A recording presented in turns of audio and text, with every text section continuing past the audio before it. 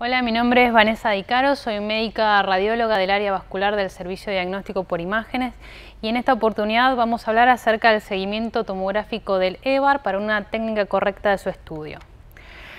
Lo inicial es saber qué hacer, cuándo y cómo.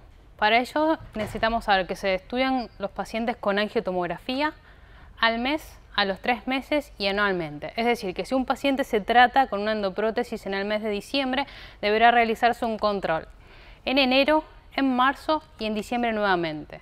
¿Cómo lo va a hacer? Puede hacer sin contraste o con contraste endovenoso. Los procedimientos o los protocolos con contraste implican que tienen que realizarse 3 fases. Una fase sin contraste, una arterial y una venoso. Cada lugar tiene su protocolo específico, pero esto es esencial de que todo se lleve adelante. ¿Por qué? La fase sin contraste y la fase arterial lo que nos permiten es excluir las calcificaciones que pueden llegar a simular endolix. Como van marcadas en las imágenes, son imágenes densas que se ven tanto en fase arterial como en fase sin contraste y que no se modifican, pero que si uno ve solo la fase arterial puede llegar a confundirlo con una fuga. Y después tenemos una fase tardía que se realiza a los 90 segundos y esto nos permite identificar o detectar los endolix, ya sea tipo 2, tipo 1, tipo 3.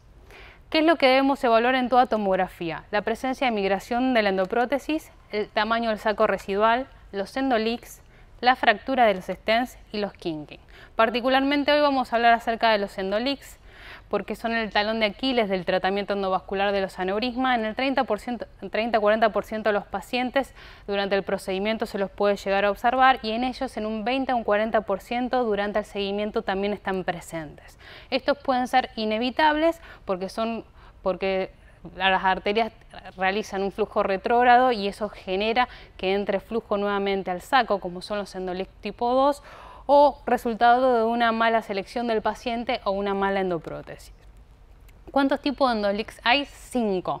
Algunos de ellos tienen distintos niveles de gravedad, sobre todo el tipo 1 y el tipo 3. Estos se consideran endolix de alta presión y por lo tanto tienen un riesgo de ruptura y requieren de una rápida intervención quirúrgica. El endolix tipo 1 se da en el 10% de los casos, se debe a un inadecuado anclaje de las endoprótesis a la pared arterial y se los divide en tipo A y tipo B. Tipo A cuando es proximal, tipo B cuando es distal. Y este está asociado a la presencia de cuello cónico o cuello corto, la angulación, la presencia de ulceraciones, trombosis en la porción proximal y arterias ilíacas irregularmente dilatadas o tortuosas. Este es un caso de una paciente con un aneurisma yuxtarrenal en el cual se decidió tratar no por EVAR sino por EVAS. Para el EVAS se utiliza una endoprótesis particular que es la Nelix, que tiene una configuración diferente a las endoprótesis tradicionales y es que se basa en la presencia de 2 stents asociado a 2 bolsas. Estas 2 bolsas o endobags se rellenan con un polímero que tiene contraste, por lo cual, como se ve en esta imagen, se ven densas en la fase sin contraste, lo cual es importante de realizar esta fase porque uno puede confundir las imágenes densas de la bolsa con la presencia de sangrado. Y otra particularidad que tiene es que los leaks en este tipo de prótesis son peribolsas o interbolsa, con lo cual si uno solo ve la fase arterial puede llegar a confundir la densidad de la bolsa con la densidad de un endolix. En esta paciente comenzó con un diámetro de 86 por 55, al mes del tratamiento había disminuido considerablemente el tamaño, pasó a 73, a los 3 meses medía 69, pero al año aumenta nuevamente el saco, de 69 se fue a 75 y nos aparece la extravasación de contraste para mostrar la presencia de un endolix. Esta es la fase sin contraste, la fase arterial, la venosa y una reconstrucción de cómo se ve la fuga de contraste a nivel proximal. Lo que está marcado acá es la presencia de un stent en la renal, ya que era un aneurisma yuxtarrenal, y esto es la fuga a nivel del sector proximal. Esta es la imagen pretratamiento. Lo que se hizo fue una cateterización selectiva y se embolizó la fuga con histocril. Y este es el control post, donde la alta densidad que se ve acá no es fuga, sino es el material del cianocrilato que se ve hiperdenso en las tomografías. Este sí es un caso de endolix tipo 1A por EVAR, donde se ve la fuga periprótesis, como está marcada en las reconstrucciones BR, y esto se debió a que el cuello aneurismático creció y eso permitió la fuga a través del sector proximal. Esa es la imagen previa al tratamiento. Como se ve en la angiografía, la fuga a nivel proximal, lo que se hizo fue colocar estenas las renales debido a que se debía proyectar o extender la prótesis hacia arriba, y a la anatomía que tenía con ya las arterias renales muy próximas se extendió, y para eso se protegió las arterias renales. Se realizó un Combin CT para ver que estaban correctamente posicionados tanto los stents renales como las endoprótesis, y en el control tomográfico se ve la ausencia de leak y la correcta permeabilización de los vasos. Los endolic tipo 2 por lejos son los más comunes, se observan en el 20 al 30% de los pacientes y pueden persistir más de 6 meses en el 10 a 15% de los pacientes. La causa principal está asociada a la arteria mesentérica inferior y a las arterias iliolumbares, que realizan flujo retrógrado y llegan nuevamente al saco. Se subdividen en tipo A, cuando solo dependen de un vaso, o tipo B, cuando están involucrados 2 o más vasos. En la mitad de los pacientes puede llegar a resolver espontáneamente, y si persiste más de 6 meses es necesario realizar una embolización, sobre todo si se asocia con aumento del saco. Para poder localizar correctamente este tipo de arterias es fundamental conocer la anatomía y poder saber cómo son los posibles orígenes de las arterias lumbares y de las arterias mesentérica inferior. ¿Cuáles son los factores de riesgo? La relación trombo-luz. Esto hace que pueda la arteria mesentérica inferior todavía aún estar permeable y observarse en el control la presencia de endolic dependiente de esta arteria. La presencia de arterias lumbares predominante, como está marcada, la arteria mesentérica inferior, la embolización de las arterias hipogástricas y las arterias polares, que hay que prestarle atención, que muchas veces no son visualizadas en los estudios previos y puede constituir un factor de riesgo para la presencia de un endolic tipo 2.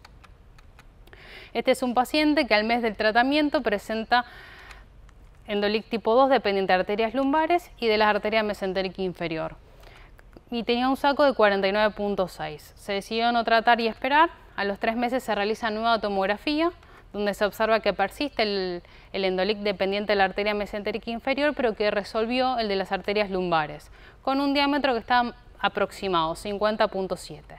Al año se observa que ya no había más endolic ni dependiente de la mesentérica inferior ni de las arterias lumbares. De hecho, se ve la oclusión del segmento proximal de las arterias lumbares con un diámetro de 44.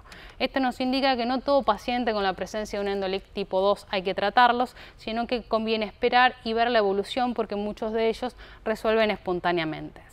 Los endolic tipo 3 implican una ruptura o desacople de la endoprótesis. Pueden ser tipo A si es por desacople, B por ruptura. Esto hace que se exponga al saco neurosmático la presión arterial y requieren la colocación de una nueva endoprótesis por el riesgo de ruptura que conlleva. Este es el caso de un paciente con una endoprótesis Talem puesta en el 2008, que en el control del 2018, 10 años después, aparece con una fuga de material de contraste por ruptura de la rama derecha.